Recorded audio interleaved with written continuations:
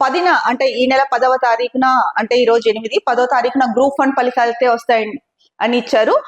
ముఖ్యంగా ఎప్పుడెప్పుడు అంటే ఎగ్జామ్స్ రాసిన అభ్యర్థులందరూ ఆసక్తిగా ఎదురు చూస్తున్న గ్రూప్ 1 ఫలితాలు అయితే కనుక 10వ తారీఖున రిలీజ్ కాబోతున్నాయి. ఇక 11వ తారీఖున గ్రూప్ 2, ఇక 14వ తారీఖున అయితే కనుక గ్రూప్ 3 జనరల్ ర్యాంకింగ్ లిస్ట్ అయితే కనుక రాబోతోంది అని చెప్పి ఇచ్చారు. ఇక ముఖ్యంగా 17వ తేదీన hostel welfare officers jobs notification ఏదైతే ఉందో దానికి ఎగ్జామ్ రాసిన వాళ్ళ ఆ రిజల్ట్స్ కూడా వస్తాయి అని చెప్పేశారు.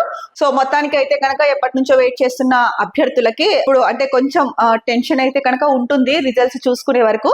మొత్తానికి అయితే కనుక 10, 14, 17వ తారీఖుల్లో అయితే కనుక వివిధ ఎగ్జామ్స్ కి సంబంధించిన రిజల్ట్స్ అయితే కనుక రాబోతున్నాయి. ఇక మరో చూసుకుంటే కనుక మరొక వార్త, కొత్త ఆదాయ మార్గాలపైన అయితే కనుక సర్కార్ ఫోకస్ చేస్తోంది అని చెప్పేసి ఒక వార్త ఇచ్చారు.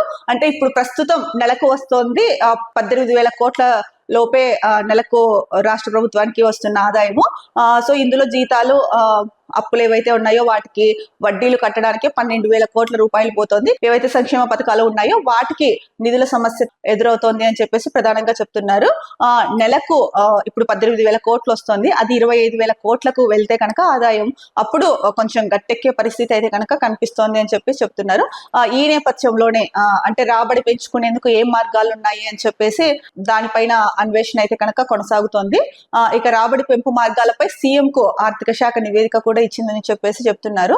మరి దీని ప్రకారం అంటే ఏ రకంగా రాబడి పెంచుతారు అన్నదైతే కనుక చూడాలి. ముఖ్యంగా LRS 58, 59 జీవోల అప్లికేషన్ల క్లియరెన్స్, భూముల అమ్మకం, రిజిస్ట్రేషన్ ఛార్జీలు పెంచేందుకు అయితే కనుక ప్లాన్ చేస్తున్నారని ముఖ్యంగా తెలుస్తుంది. దీని ద్వారా కొంత రాబడి పెరుగుతుంది, ఆదాయం పెరుగుతుందని చెప్పేసి చెప్తున్నారు ఆర్థిక శాఖ నివేదికలో అయితే కనుక.